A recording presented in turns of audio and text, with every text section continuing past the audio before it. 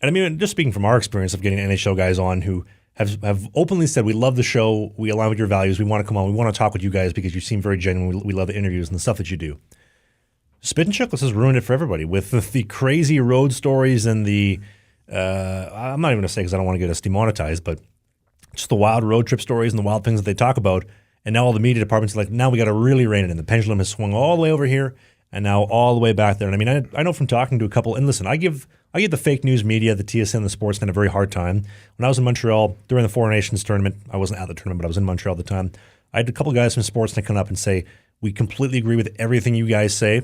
We're not allowed to agree with it. But for example, with Chiclets, when RA gets the opportunity of a lifetime, how many guys would kill to be on the ice with the Florida Panthers celebrating after they won the Cup? And he blew it for all of us. And he gets blackout drunk. He's high on mushrooms and all this. He's an absolute degenerate.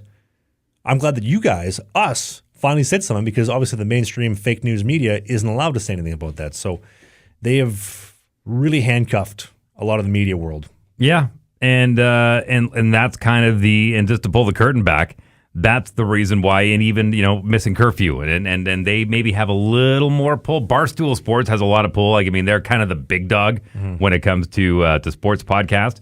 But to be fair, I think a lot of people, they're tired of the mainstream, the Barstool, like the network-based shows where, listen, it comes from the head down. This is how we think, and it reflects all the way down. So there's certain things you can't talk about. You and I, it's a two-man wrecking crew. This is it. This is the team. And if we want to talk about your first NHL purchase, you want to talk about what you see in the game today, you want to talk about how you see the world and your political views, we can talk about anything. There's nobody telling us what we can or can't say. But straight across the board, the NHL and all the teams have basically told us, we tell players, don't do these other podcasts because the team or the league, we can't get reprimanded. Yeah, they don't have the ability to punish us and say, you shouldn't have been posting this. So if it goes off the rails, then they can't do anything about it. But when it comes to the traditional media, they can. They can absolutely reprimand them because they're partnered with the NHL and they can say, take these guys to task. They can't do that with us, and that's why we're a threat.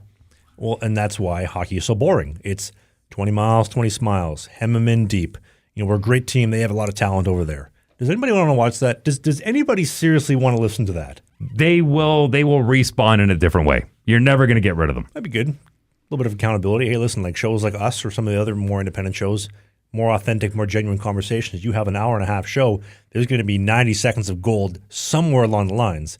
But when you take that interview and you chop it up into these 5-10 second little hit pieces.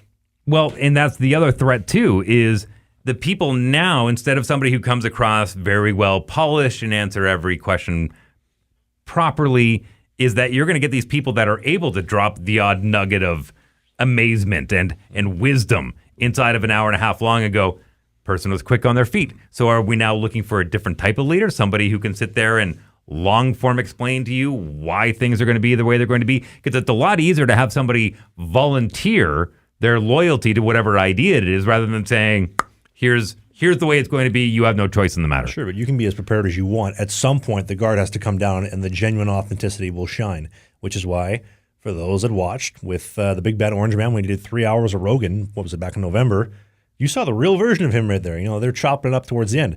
The other lady, I'm only going to do 45 minutes because you can't keep up the act for 3 hours. You have to get genuine at some point. Well, not only that, and then have the answers edited by the broadcaster before it actually goes to air. So it's all smoke and mirrors.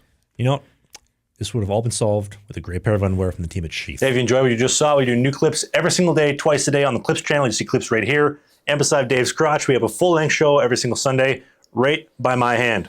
Click right here.